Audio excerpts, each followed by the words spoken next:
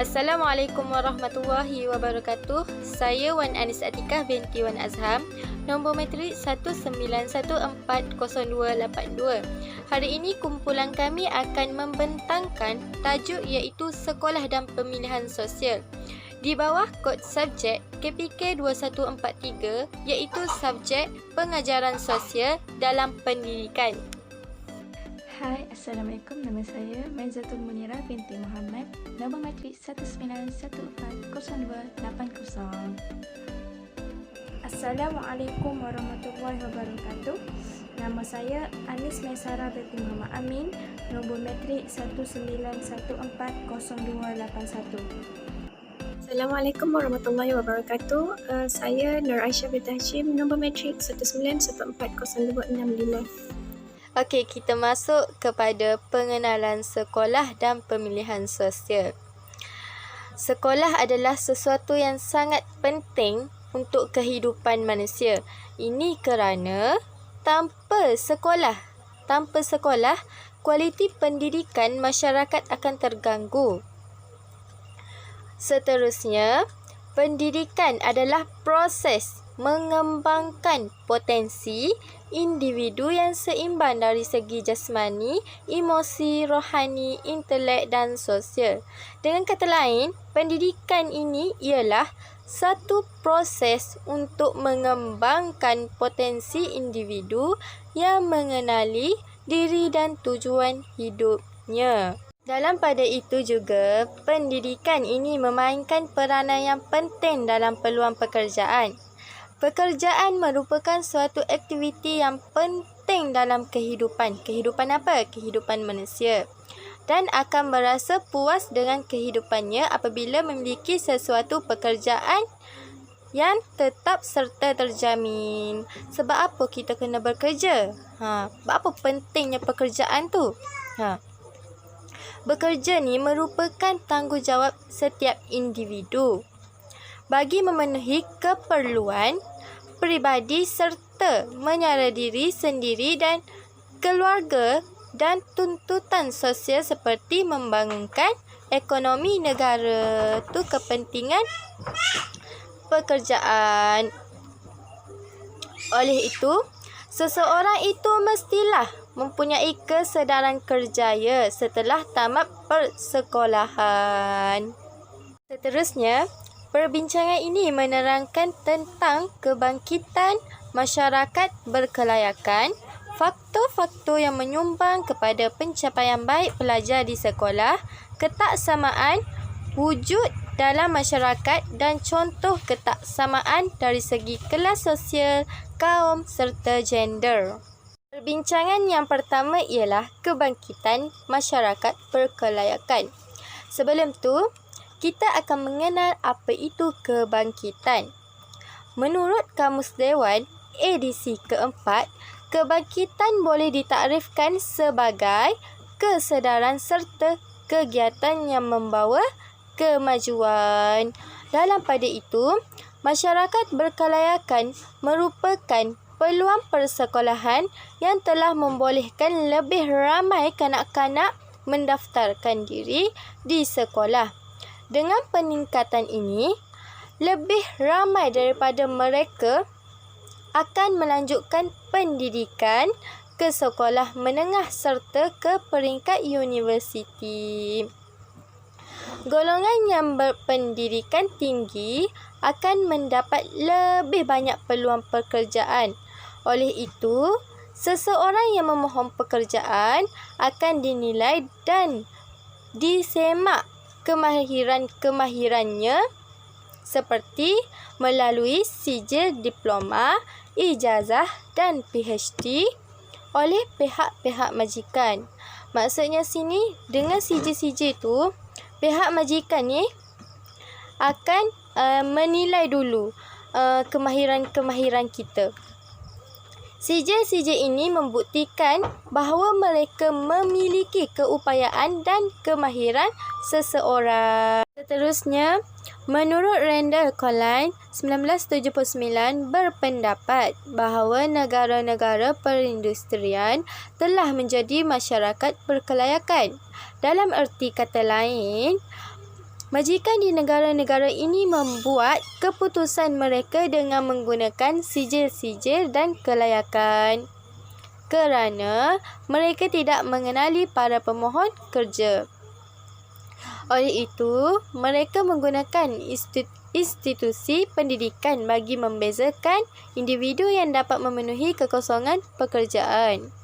Sebagai contoh, jika pelajar yang memiliki ijazah sarjana muda, para majikan akan menganggap pelajar tersebut seorang lepasan universiti, bertanggungjawab, telah menghadiri kuliah, mencapai tahap kematangan dan memiliki kemahiran berfikir. Dalam pada itu juga, perkembangan masyarakat berkelayakan bermula dari awal kemunculan zaman perindustrian pada kurun ke-19. Ia telah menyedarkan pihak kerajaan di kebanyakan negara mengenai kepentingan mendidik rakyat ke arah membina tenaga kerja yang berpendidikan. Oleh yang demikian, di negara-negara perindustrian seperti Amerika Syarikat dan Britain, pendidikan dilihat sebagai cara untuk menghasilkan pekerja yang berpendidikan di samping mendidik tenaga pekerja asing supaya dapat melihat anggota masyarakat yang lebih bertamadun dan dapat menyumbang kepada ekonomi negara mereka. Selain itu, masyarakat pada zaman sekarang amat mementingkan kelayakan. Namun, ramai individu yang tidak berkelayakan juga berjaya dalam hidup mereka. Sebagai contoh, individu yang berjaya seperti usahawan yang dapat membangunkan syarikat atau industri kecil tanpa memiliki ijazah serta melalui perniagaan yang diturunkan dari keluarga ke keluarga.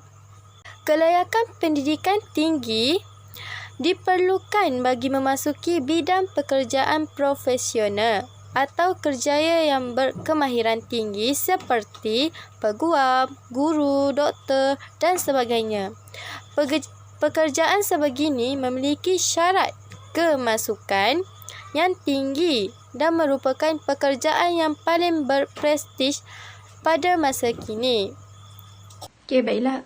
Saya akan mengulaskan mengenai faktor-faktor yang akan mempengaruhi pencapaian baik pelajar di sekolah.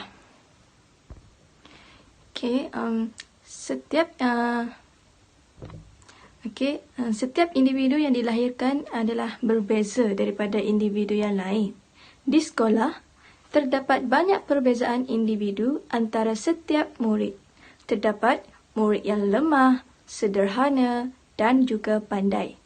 Menurut Hanson dan Adler 1999, di dalam bukunya Educational Psychology for Effective, kepelbagaian individu merujuk kepada ciri ataupun sifat manusia yang mempunyai potensi yang sama ada memajukan keupayaan seseorang atau membataskan keupayaan seseorang untuk belajar di dalam persekitaran sekolah.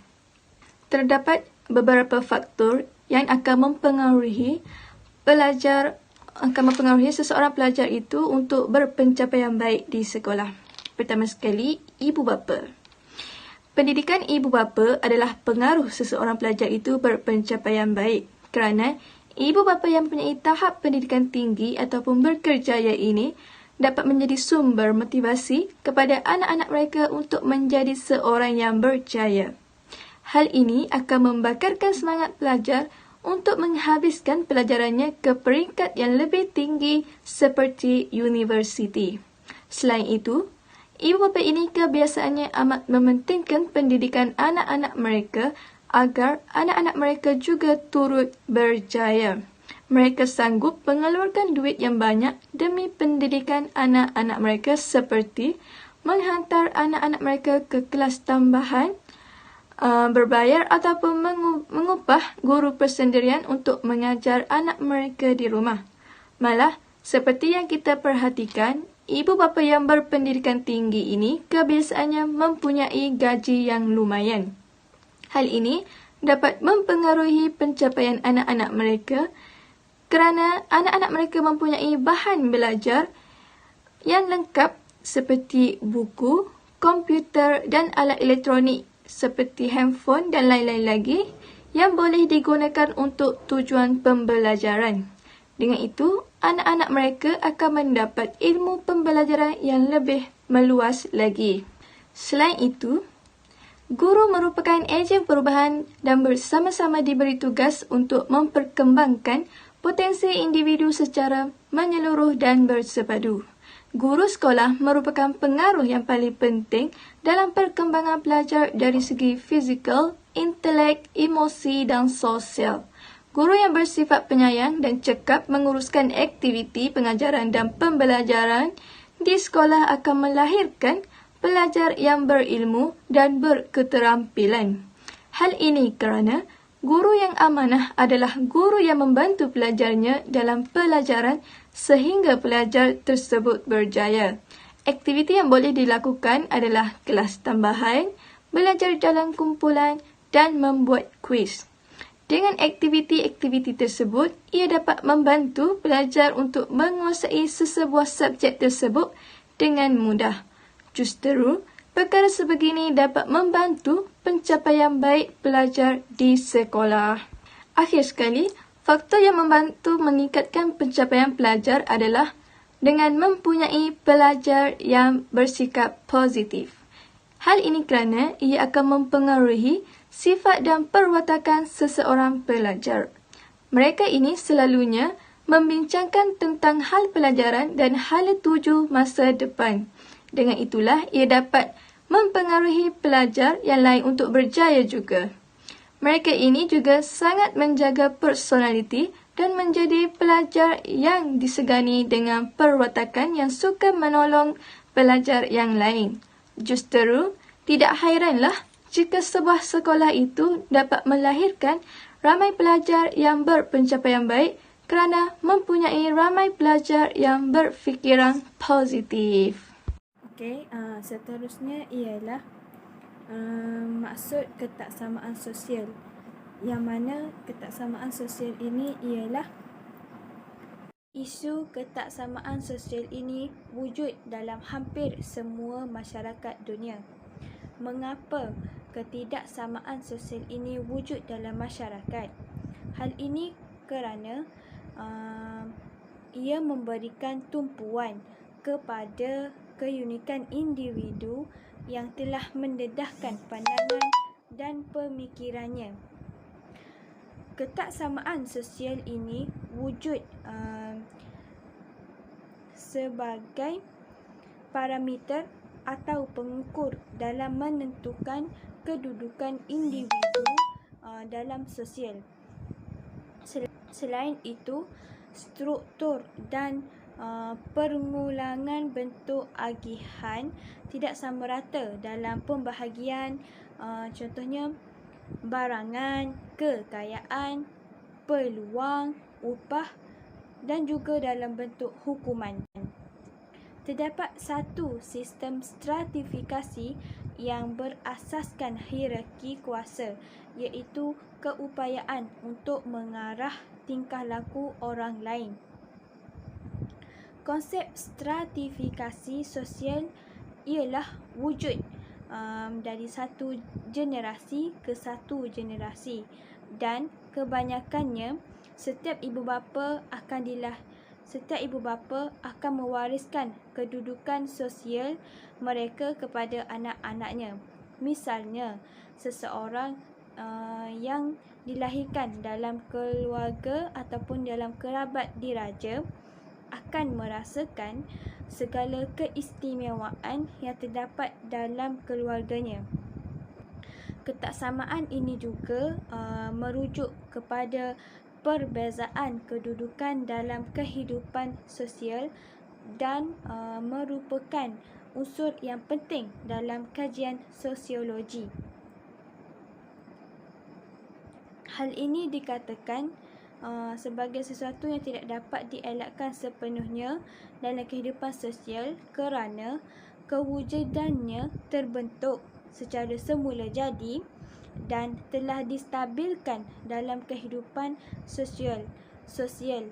Begitu juga dalam pendidikan kanak-kanak. Menurut William Sewell 1971, beliau ada membahagikan pelajar kepada jenis status sosioekonomi. Antaranya ialah pelajar-pelajar dalam SES tertinggi 4 kali ganda lebih cenderung untuk menghadiri universiti berbanding dengan golongan dalam SES rendah. Yang kedua, pelajar-pelajar dalam SES tertinggi 9 kali ganda lebih cenderung untuk menghadiri latihan profesional atau kursus pasca siswazah. Oleh demikian, prestasi akademik yang lebih baik membawa kepada jurang perbezaan yang lebih luas antara pencapaian para pelajar di setiap lapisan masyarakat. Okey, seterusnya kita sambung untuk contoh ketersamaan bagi kelas sosial, kaum dan juga gender. Okey, ketersamaan sosial adalah kalangan masyarakat dalam merujuk kepada perbezaan kedudukan yang wujud dalam kehidupan sosial. Ketersamaan sosial merupakan unsur yang penting dalam kajian sosiologi. Ketersamaan sosial dalam kajian sosiologi dikatakan wujud dalam semua institusi sosial dan juga dalam kelompok masyarakat. Hal ini dikatakan sebagai sesuatu yang tidak dapat dielakkan sepenuhnya dalam kehidupan sosial kerana kewujudan terbentuk secara semula jadi dan telah distabilkan dalam kehidupan sosial. Okey, yang pertama, kelas sosial. Okey, kelas sosial adalah sesuatu yang diperolehi daripada perkembangan individu dalam bidang ekonomi dan kelas adalah kuasa yang berkesan dalam mengukuhkan kedudukan seseorang individu pada kehidupan sosial. Kebanyakan sejarah perkembangan masyarakat dikatakan telah berlaku daripada pengulatan kelas. Hal ini dilihat sebagai satu peluang kepada kumpulan masyarakat untuk menyedari tentang kepentingan dan kedudukan mereka. Biasanya, tahap kedudukan kelas dalam kalangan masyarakat diperolehi daripada pencapaian ekonomi dan juga proaktiviti. Karl Marx merujuk kepada kelas sosial sebagai sesuatu kedudukan yang diperolehi daripada kuasa mendominasi ekonomi. Okey, seterusnya kaum. Okey, yang pertama, tahap hubungan antara kaum. Okey, tahap pergaulan antara murid pelbagai kaum dilihat berada pada tahap yang tidak mesra atau tidak rapat. Tahap pergaulan murid-murid berbilang kaum yang dikaji ini dikatakan tidak mesra adalah berdasarkan kepada beberapa pemerhatian yang dilakukan. Sebagai contohnya, semasa waktu pendidikan jasmani dan kesihatan iaitu PCK, dalam permainan bola tampar contohnya, murid kaum Melayu tidak mahu bermain bersama-sama dengan murid kaum Cina dan begitulah juga sebaliknya. Selain itu, semasa di bilik darjah, terdapat sebilangan pelajar lebih gemar duduk secara berkelompok mengikut kaum masing-masing. Okey, yang kedua, cara penyelesaian antara kaum di sekolah. Pihak sekolah perlu melaksanakan program atau aktiviti yang melibatkan semua kaum. Antara aktivitinya, program sambutan Hari Raya di peringkat sekolah. Melalui aktiviti ini, murid-murid Cina dan India berpeluang mempelajari dan mengalami sendiri budaya masyarakat Melayu ketika menyambut perayaan Hari Raya. Contohnya, murid-murid lelaki bahasa kaum Cina dan India begitu tampan mengenakan baju Melayu lengkap bersamping, manakala yang perempuannya pula manis mengenakan baju kurung dan berkebaya. Murid-murid juga bekerjasama menyiapkan kerja-kerja untuk memastikan sambutan berjalan lancar. Selain itu, aktiviti bergotong royong yang sering dijalankan di sekolah turut membantu menyemai semangat perpaduan dalam kalangan murid berbilang kaum di sekolah. Sebagai contohnya, dalam kegiatan bergotong royong, menceriakan dan membersihkan kelas atau kawasan sekolah, murid-murid akan belajar nilai berkerjasama dan menyiapkan sesuatu tugas. Bak kata pepatah, yang berat sama dipikul, yang ringan sama dijinjing. Murid-murid akan bekerjasama melap cermin tingkap, menanam pokok bunga, membuang sampah, mengecat dinding dan sebagainya. Oleh itu, secara tidak langsung, aktiviti ini akan mewujudkan perpaduan dalam kalangan murid berbilang kaum. Okey, yang terakhir adalah gender. Okey, gender didefinisikan sebagai amalan pembinaan sosial yang berhubung kait dengan biologi dan jantina yang membentuk pemahaman tentang individu dalam pengategorian lelaki dan perempuan. Sistem sosial telah membentuk manusia berasaskan perbezaan dari segi gender dan hal ini membuat pemilihan yang berbeza antara mereka. Perbezaan antara kaum lelaki dan wanita ini telah wujud secara semula jadi dari segi fizikal dan harmoni. Dari segi sistem biologi pula, perempuan secara semula jadi dicirikan sebagai kaum yang lebih bersifat kasih sayang, lemah lembut dan juga beremosi. Oleh yang demikian, mereka biasanya dipertanggungjawabkan untuk memelihara kepentingan dalam keluarga. Manakala kaum lelaki pula secara semula jadi bersifat sebaliknya. Oleh sebab itu, mereka dipertanggungjawabkan untuk menjaga kehendak keluarga, kaum wanita dan tugasan harian mereka adalah lebih berkaitan dengan hal-hal duniawi. Kesimpulannya, prestasi akademik yang lebih baik membawa kepada jurang perbezaan yang lebih luas antara pencapaian para pelajar di setiap lapisan masyarakat. Sekolah memainkan peranan penting dalam membentuk perpaduan kaum di sekolah. Pihak sekolah telah melaksanakan program, dasar dan aktiviti dengan sebaik-baiknya, sebagaimana yang dianjurkan oleh pihak Kementerian Malaysia KPM. Tenaga kaki tangan sekolah juga turut disumbangkan bagi melancarkan sesuatu acara. Peranan guru di sekolah bukan sahaja sebagai pelaksana kepada aktiviti yang dianjurkan, malah berfungsi sebagai penyampaian ilmu perpaduan kepada para pelajar. Keberkesanan penyampaian ilmu perpaduan mampu menjamin keharmonian dan keamanan negara. Tambahan lagi, rakanan guru juga turut mempengaruhi dalam proses pemilihan sosial ini. Dengan itu, kita dapat lihatlah bahawa setiap individu mempengaruhi pelajar untuk pencapaian yang lebih baik.